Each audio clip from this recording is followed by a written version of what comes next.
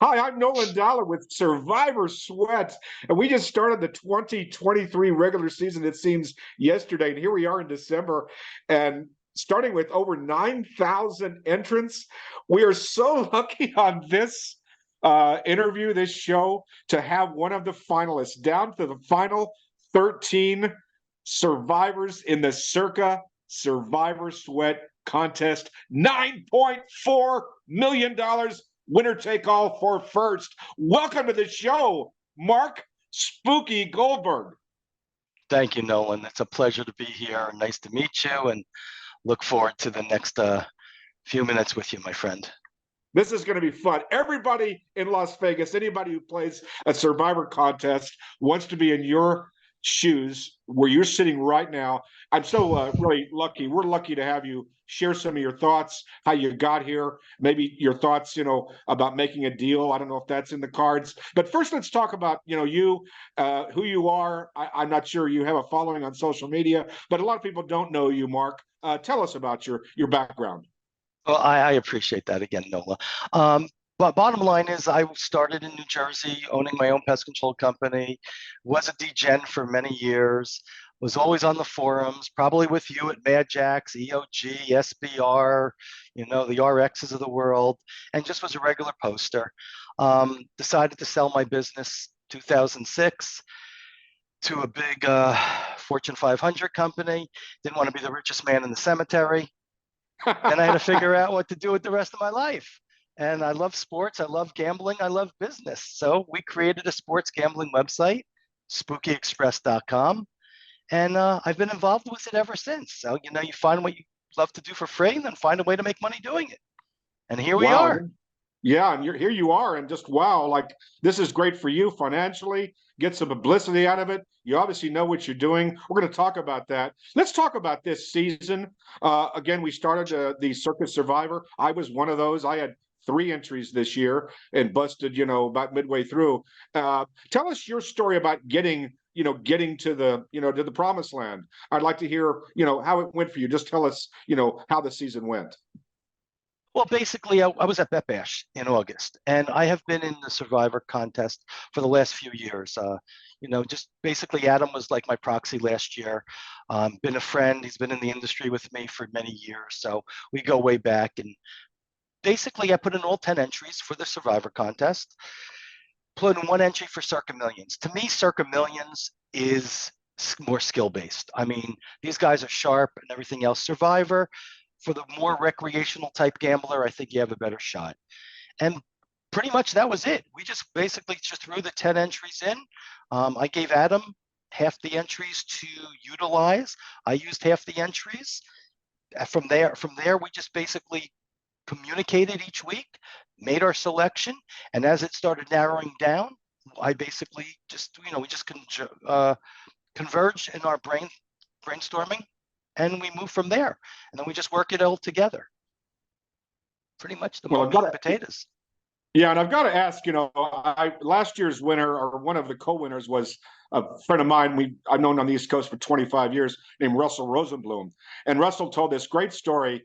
Those of you who are listening to me, please go back and listen to the interview with Russell, where he accidentally forgot, this is last season, forgot to turn in the entries. Like he was, oh my gosh, he was taking a shower on a Saturday night or something, and the last second, oh my gosh, I forgot to turn in my Circa Survivor picks, and he had other backers, and people, with him. So he somehow gets, I think, one of those in, and that's the ticket that wins him the, I think, whatever share of the $5 million pool, whatever it was.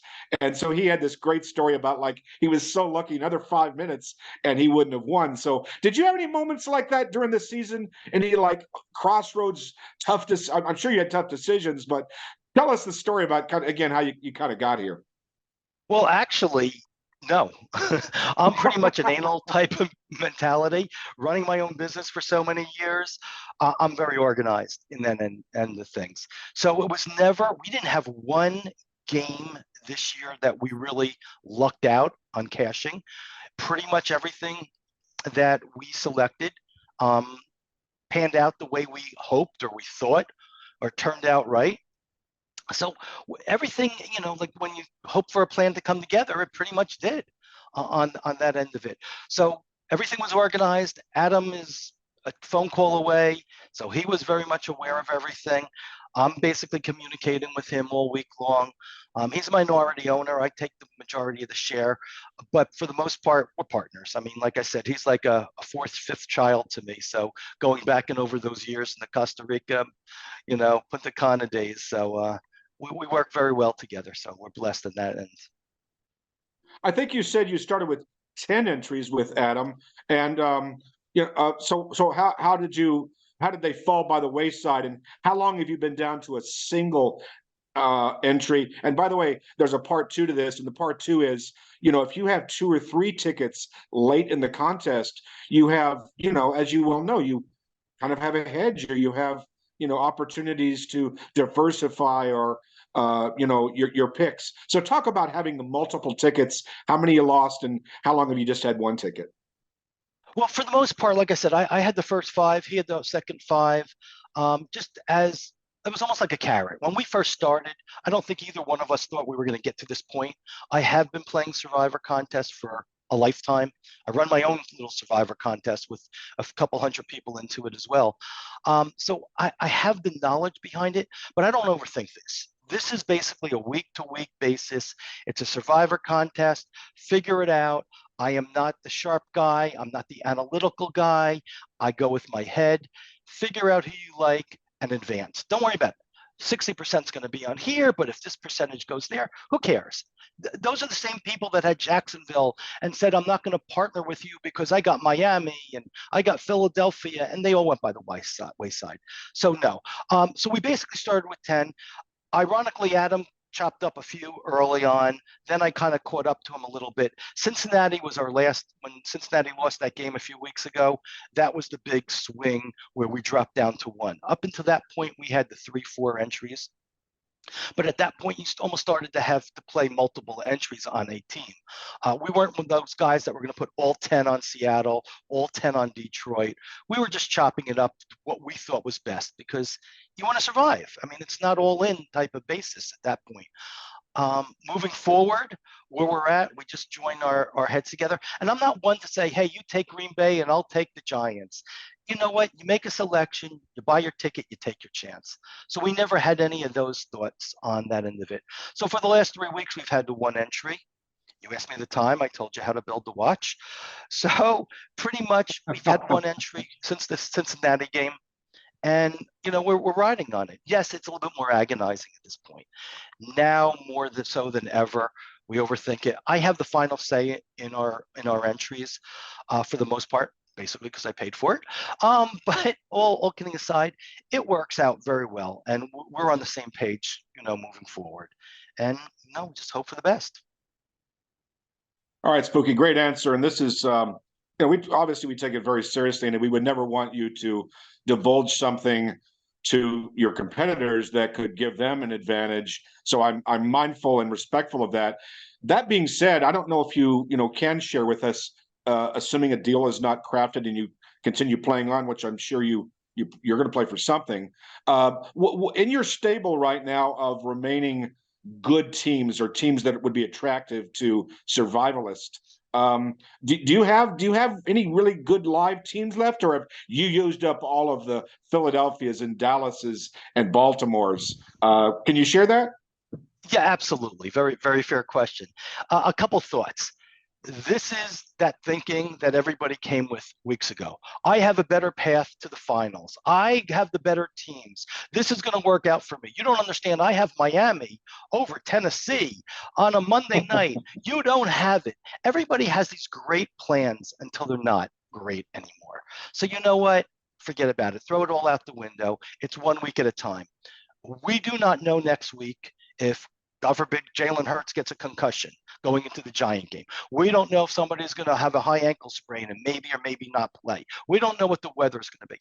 Long story short, bottom line is, who you have certainly matters, but it is the NFL.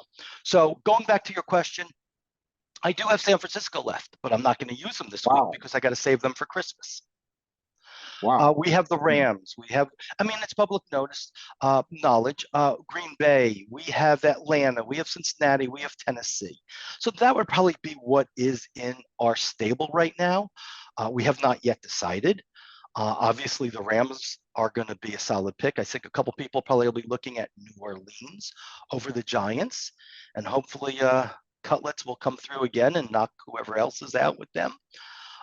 So right now, no, we have not made a decision, but probably, Rams, Tennessee, something like that. Green Bay maybe over Tampa Bay. So we have a few horses in the barn that should be good. And like I said, nobody's got an easy path. Yeah, but you know what? I mean, and it's so neat that you're very nonchalant about this, and I really appreciate your perspective. It's healthy, it's fun, especially for somebody who's just observing. It's you can't help but root for you, Spooky. So I mean, really, I just love your take on this. But that being said, let's talk about a moment that the 13 entries, if you divide the sum total of the prize, each entry is worth around $700,000. I think I'm right on that. So 700 and change or something. So, yeah. But the thing is, again, value. you just said something, Mark. You just said something you still have San Francisco. You still have the very best team. Many consider the best team in the NFL, and a lot of the other, I don't know how many of them, they've got nothing but the mediocre, even some losing teams left. They've already used up all those good teams.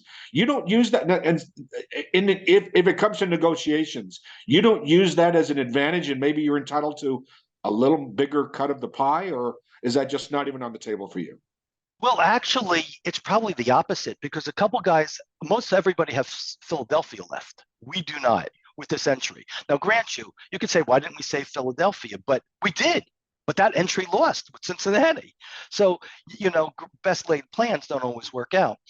So we have to say Frisco when they're playing Baltimore on Christmas Day. The Eagles are playing the Giants on Christmas Day. So, Lord willing, if we all get to Christmas Day, they have Philly as a 10-point favorite, or some have Kansas City as a 10-point favorite. We have Frisco over Baltimore as a 3-point favorite. So, grant you we got the best team, but we might not have the best matchup. But on that same sense, let's go Cutlets. You get a couple upsets. Frisco wins. Everybody else is going to be on Philly, and we just advance. So again, you know what? If we had that crystal ball, we wouldn't even be here. It's not a sweat on that end of it, but it is what it is. We're all good with where we're at. I don't think it really matters. We're not making a chop. Bottom line is there is no chop this week. There's one person that held out, and that's his right. Absolutely. But my argument always is there are some people in this contest that this is life-changing money, and I'm saying it out loud. And for them, it's the Christmas, it's the holiday season, paying it forward. If you have more money than you need, why not share the wealth with everybody else? If you don't have all that money and it's all about ego, you know what? Pay it forward, have some empathy, and maybe share everything and split it. This person doesn't want to do that. Fully respect it. It is his right. And then I guess everybody else got a little bit scared off and said, let's just wait one more week and then see where the chop would go. Obviously, to me, financially, not going to change my life, thank God. I'm not talking about 9 million, but realistically, it would make sense to chop it up, play for 500,000 each is what I proposed and what I throw out to everybody, which everybody agreed except for a handful, and then play for the other 2.57 million and be done with it. I mean, 2 million's enough for everybody. I mean, it's life-changing no matter what. And if it isn't, then you don't need all the money anyway. Well, thanks again for the update. We're doing this on Thursday, the Thursday before week number 15. Actually, it's 16 because, as you well know, they had the Thanksgiving week. So you're through 15 weeks and going into, again, this is Thursday. So you're saying, though, there's no deal this week going into this week's slate of games. You said something interesting about, the money versus the By the way, there's nothing wrong with the word ego, because everybody that I know is a sports bettor, and you and I know a lot of them.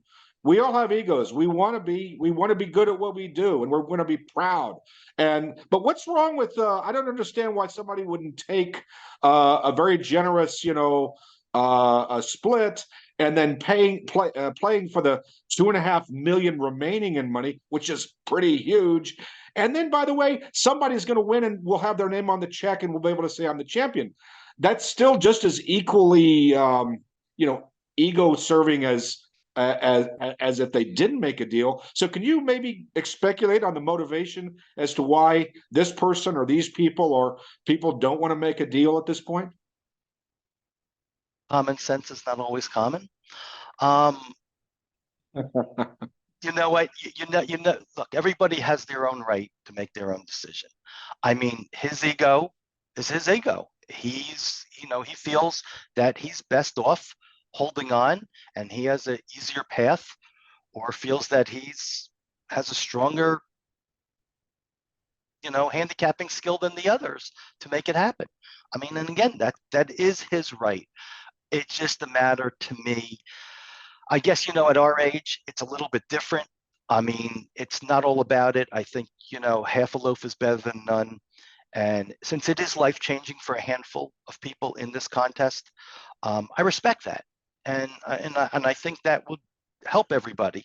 And I think it benefits it. And it doesn't have to be 500,000. You could do 100,000 and then still play for 6 million. So you could do 200,000 and play for whatever it is, 5 million. So there was no real number on the table, but if somebody's like, nope, I'm all in, I'm letting it ride, go Richard Dreyfuss, more power to them. I mean, unfortunately, right? Some people, are going to be left out, and that's an unfortunate situation. So, Spooky, you're in a position that almost none of us will ever be in.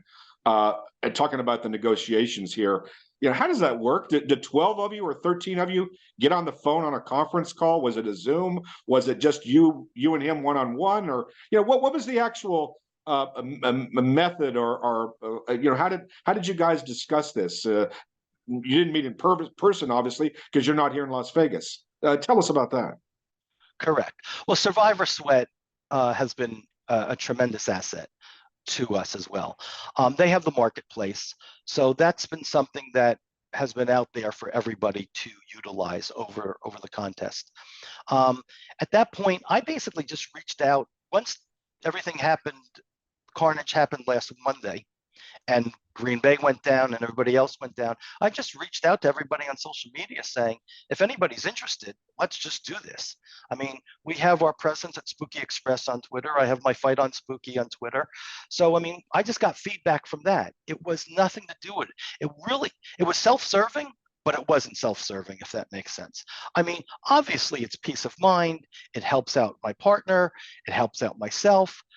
Takes up a little bit stress. My wife doesn't have to do the blood pressure every night, coming up to the weekend, making sure that, the BP's okay. But I mean, yeah, so basically I just reached out, and then everybody just reached out to me, and then I just turned over to Survivor Sweat and asked them, can you put this whole thing together? And that's where we were. We were pretty much 80%, 4/5 sold on this. We had the done deal for the most part, and then it just fell apart late yesterday. But it is what it is. Like I said, we're all willing to look back at it next week, and we'll go from there. We'll see what happens. All right, so we'll wrap this up. I am curious about one thing. You had mentioned your pretty extensive experience, not just participating in Survivor contest and handicapping contest, but also running some. You mentioned you had a couple of hundred in yours. And by the way, I got to get the link to that. And I know people would like to maybe reach out to you, and we'll put that up at when we put up the Survivor Sweat article this week, so people can get in touch with you. They certainly should follow you on Twitter. By the way, call out your Twitter handle. I should say X. It's now X. Call out that, so those of us who are not on there maybe could follow you. I appreciate that, Nolan. I mean, obviously, SpookyExpress.com. It's at Spooky Express. SPOOKYEXPRESS. And I'm personally at Fight on Spooky. So FIGHTON SPOOKY. And pretty much that's what I do. I mean, I focus on football season. That's my crack, so to speak, my drug of choice. And but the website, we're year round, from Premier League on down to, MMA, UFC, whatever the case may be, baseball, basketball, hockey, football. Yeah, as far as your handicapping and your betting, you can just break down percentages if you want. And I know this is something that changes. Talk about sides, totals, player propositions, in-game betting. Where is your primary focus, or are you just all over the place on this? Well, yeah, that all of the above, correct. For the most part, at this stage, I mean, I used to be a handicapper. I mean, I won my first house at the racetrack in the Meadowlands. I lost my first house betting basketball in 1988. So, been there, done that. So I've run the gamut. At this stage of my life, I don't really spend much time. We like to travel after football season. So I pretty much follow my good friends, Bill Krakenberger, Brad Powers, Paul Stone. So I have good friends in the industry, and that's pretty much where I follow. I don't want to think about it. I don't want to deal with it. I point, click, have the action. That's good enough for me. Yes, I have an opinion in football season, by all means, that I can give out. Otherwise, I wouldn't be here with the Survivor. But for the most part, football's my sport, and baseball, basketball, hockey, and anything else, I really haven't watched, I should say, in like 6 years. Although we are big in PGA and golf and the DP tour as well there. Wow. That's it. All right, maybe there's a future in Survivor Golf or something. But I don't know if those tours competing and all that, but we'll see. All right, so I got to ask you this. I kind of hate these questions, but I'm going to do it anyway. But you're going to do it anyway, exactly. I'm going to do it anyway because, first of all, you're hot, you're smart, and everybody, I want to kind of get on the horse that's running, that's breezing down the stretch here as we go, and hopefully you're going to be, Secretariat running away with, by 30 lengths. So we'll see. Anyway, who's your Super Bowl Showing pick? your age. Who's going to win it all? It's true. You're right about that. Your Super Bowl pick, Spooky, and also give us a hey, look out for this is a something that no one's looking at coming into the end of the season, the playoffs, something about football. Share us a little tip. Throw us a bone, Spooky. We could all use a winner here. Well, I've always been known for bowl season for college football and for my futures. That was really also what I did best back on those forum days, the RX, the EOG type of days. I have futures on Baltimore. I have futures on Denver. I have futures on Frisco. And of course, my Detroit Lions, which is my annual tax deduction. So, so that's where my wallet is at this point. So at this point, I really don't jump on board many futures on this end of it. I would not be surprised not to see Philly make it to the Super Bowl. I mean, obviously, Frisco is the drug of choice right now for the NFC. Denver's been playing much better, but like I said, I'm confident looking at a San Francisco-Baltimore Super Bowl. In an ideal world, I would love my Lions, but they don't have the secondary. They're still missing a player on each side on the ball. But honestly, I mean, I also have a little future on Minnesota, which is not going to happen. For the most part, I'm not a chalky kind of guy, but I would not be surprised with Baltimore getting there and Frisco getting there after last year's injury to Purdy. I know it's chalk, but back in August it wasn't as much chalk. Trying to beat Buffalo and Kansas City. Right, Spooky, terrific. You were so kind and generous. A lot of people who do this, especially with the amount of money on the line, would be much more secretive and whatever. And boy, you're just the opposite. And I know that. No, I fooled another one. No, and it's just so refreshing. I mean, we talked about Crackman and some other people that are public handicappers, but boy, you're doing a nice public service and letting other people live through your experience. I think that just needs to be, we're showing you our gratitude for that. Let's hope we can do this in a few more weeks. Get down to 2 or 3 people, and I'm gonna issue a red carpet invitation. If you're down to the last 3 or 4, maybe you'll do this again. Absolutely, no problem. We're going to be there for Super Bowl. I hope to be there. I already spoke to my host at Circa, Jeff and everybody there. That he's got a host, ladies and gentlemen. That means you're a player. Ultimate X video poker. Again, that's my only drug of choice other than sports. Yeah, you don't have a host from sports betting. It's from the video poker. Well, come on. I am friends with crack. Come on, let's go now. So that's where all the money is going to end up going, down the slot. Okay. No, not at all. Team Spooky's behind me, and like I said, I'm a big believer in paying it forward. You know, if we can get this home, you know, I hope that, you know, I know I'll have a lot more friends coming out of the woodwork. But as I've always said, you know your friends in bad news because everybody's your friend in good news. So I remember those friends. Wow, what a great end line. Good parting words. Thank you very much, Mark Pleasure, Nolan. Goldberg, aka Spooky. I'm Nolan Dalla for Survivor Sweat. We'll see you next time. Go, Mark, go. Thanks Let's again. go. Thank you again.